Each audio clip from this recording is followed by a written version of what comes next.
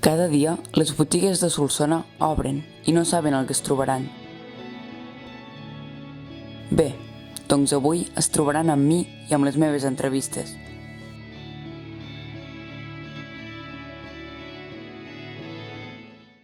Bé, hola a tots i totes, estem aquí amb la Claustre, la que porta la botiga Bufau. Aquesta botiga va ser escollida per Caldaveses i ara li començarem a fer les preguntes. Molt bé. Com estàs? Molt bé. Doncs comencem. Quants anys portes confeccionant roba? Mira, roba, peces de vestir, més o menys des de que vaig obrir, poc abans d'obrir la botiga.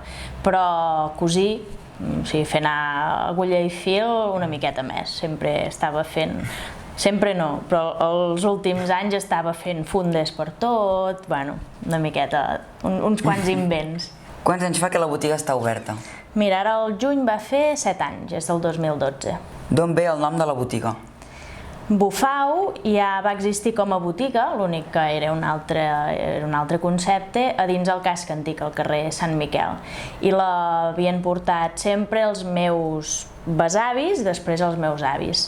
I era una botiga de... Primer venien espardenyes és de seprencs de tota la vida, i també peces de teixit i tot d'articles per confeccionar-se roba, i també roba confeccionada i altres coses, diguéssim. I com que ja existia aquest nom, triar un nom per una botiga és molt difícil, vaig optar per reprendre una miqueta el nom i la tradició i posar-li Bufau. Quantes persones sou a la botiga? Jo sola. Quins productes vens a la botiga? A la botiga hi venc principalment peces de vestir per noia, dona, i accessoris com ara mocadors, collarets, braçalets, el que em ve de gust a cada moment, però a part llavors també tinc una secció que és una miqueta de barreja de coses. Hi ha una mica de ceràmica que la fa la Consol, que tenia el taller al carrer Castell i la botiga de la Tinalla, alguna pintura i escultura del meu pare, del Jaume Quadrenc. Llavors jo a vegades mig dibuixo i també tinc algun dibuix, i havia tingut també alguna marca de roba infantil, de marques d'aquí al país. Però principalment tinc roba que confecciono i dissenyo jo mateixa aquí al taller, i espardenyes de seprencs que les faig amb diferents models a l'estiu. On has après a fer les espardenyes de seprencs? N'he après jo sola, o sigui, va consistir abans d'obrir la botiga a desmuntar espardenyes i dedicar-hi estona fins a saber-les tornar a fer jo sola. Res, o sigui, és molt fàcil, l'únic que vaig necessitar és temps i observar una miqueta i ja està. Vens més per la botiga o per internet? Per la botiga, amb diferència. A internet em serveix molt d'aparador, o sigui, noto que molta gent ve aquí a la botiga física o em truquen per telèfon perquè han estat mirant primer a Instagram i després cap a la botiga online, però, clar, al ser roba, espardenyes i això, doncs qui pot sempre intenta venir en persona a provar i a tocar el teixit i tot plegat. Però, bueno, venc alguna coseta, sí, a la botiga online. Què et va inspirar a obrir la botiga? Mira, feia un temps que estava a Barcelona, havia anat treballant de lo que jo havia estudiat i no acabava de trobar la feina ni que m'agradava ni que necessitava.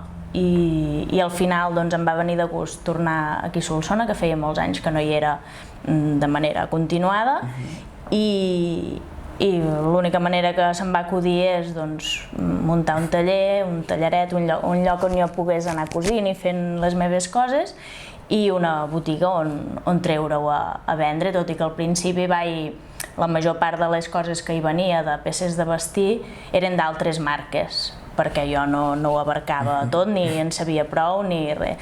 I amb el temps he anat desbancant aquestes altres marques, i ara et diré que de peces de roba el 98% és fet aquí per mi, al taller. Quin tipus de clients tens? Doncs tinc una clientela bastant variada, des de noies més jovenetes que jo o des de nens petits que es fan espardenyes per l'estiu o per anar a veure els gegants, fins a dones i senyores grans que han trobat aquí l'estil que els agrada i que els hi va bé i que van venint. Quina peça de roba vens més? La que venc més espardenyes a l'estiu, i en general, tant estiu com hivern, doncs les peces més bàsiques que acostumo a fer normalment, que és una línia de samarreta, que l'hivern la faig amb màniga llarga, llavors amb 3/4, màniga curta, sense mànigues, que és una línia bastant senzilla, com tot el que faig, però que és una samarreta que queda bastant ben posada, llavors és acampanada, el que la fa molt còmoda i queda maca. És una línia bàsica que vaig repetint cada any, llavors es tracta d'anar buscant teixits diferents i modificar una miqueta el patró cada any, però que la vaig repetint perquè agrada bastant. I aquesta segurament és la peça que vaig venent més. A l'hora de fer una nova peça, quin és el procés que segueixes? Mira, quan començo una peça nova, segurament el primer que hauré fet és trobar un teixit que m'ha agradat per algun motiu, ja sigui perquè és un cotó molt maco, molt agradable al tacte, o perquè és una viscosa o un cotó de punt amb un caient que també m'ha agradat, o el color o el que sigui, i a partir d'aquí, mentalment, o ho dibuixo, penso la peça que vull fer. Normalment faig molt poques peces, per tant, segurament primer diré, ostres, veus, aquí una samarreta amb aquesta forma serà maca, però d'aquí a el que acabi sent, potser hauré fet aquesta samarreta, però pel camí també m'haurà sortit algun altre patró que també he trobat interessant. Llavors és del teixit o de la imatge que he trobat, passo a dibuixar-ho, a tenir una miqueta la idea, preparar el patró i que funcioni, o sigui, primer faig el patró i ho provo ja amb un teixit similar o el mateix si en tinc algun retall, tallar ja el patró que funcioni, cosir-ho i llavors planxar i cap a la botiga. Aquest és el procés que faig normalment. T'agrada més fer les espardenyes o les peces de roba? Agradar, m'agrada més fer les peces de roba, perquè sempre és diferent, o sigui, cada peça de roba m'he inventat ja un patró diferent i és com una aventura diferent. Però les espardenyes no en renego en absolut, m'agrada i m'agrada que es portin i que es portin cada vegada més. Per tant, a l'hora de fer unes espardenyes també hi disfruto. Ara farem la pregunta dels espectadors. Jo penjo una història a l'Instagram de Vila_Produccions i demano quina pregunta li farien a la botiga que toque, en aquest cas era la teva, i la pregunta és la següent. Quina és l'època de l'any que vens més? Jo suposo que és ara l'estiu, juny, juliol, mig agost, però també hi ha un pic potser més o menys igual al gener, pels vols de Nadal.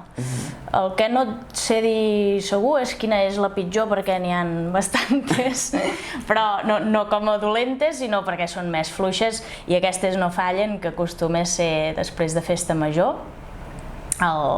Sí, després de festa major, mig octubre o així, que encara ens hem d'acabar de situar tots plegats, i després de les rebaixes d'hivern, que acostuma a ser també una època bastant grisa, però jo ho aprofito, són èpoques que a mi em funcionen molt bé a nivell creatiu o de logístic, si vols, de la botiga i el taller, perquè són èpoques que sé que no són tan fortes a la botiga a l'hora d'entrar i sortir gent, però em permeten a mi posar una miqueta d'ordre mental i físic per fer coses noves, per posar ordre en alguna cosa que he anat trobant que fallava i que no he trobat al moment, i sí, acostumen a ser èpoques econòmicament més dures, però creativament que funcionen més bé. Si haguessis de descriure la teva botiga amb una sola paraula, quina seria? És molt difícil, això. Originalitat, potser, pel sol fet que les peces que hi ha aquí són úniques. No perquè siguin millors ni pitjors, però perquè han estat pensades, cosides i planxades aquí i es venen aquí. O sigui, no es poden trobar enlloc més. Aniria per aquí la cosa. Quina botiga t'agradaria que entrevistéssim el pròxim dia? Mira, estaria bé, crec, que entrevistessis el Marc Ramonet, perquè fa unes fotos maquíssimes i a part és un gran professional i és una mica veí meu d'aquí la botiga, que té la botiga aquí dalt al camp. D'acord, doncs moltes gràcies, Claustre, per aquesta estona que hem passat aquí fent l'entrevista i ens veiem la setmana que ve amb la pròxima entrevista.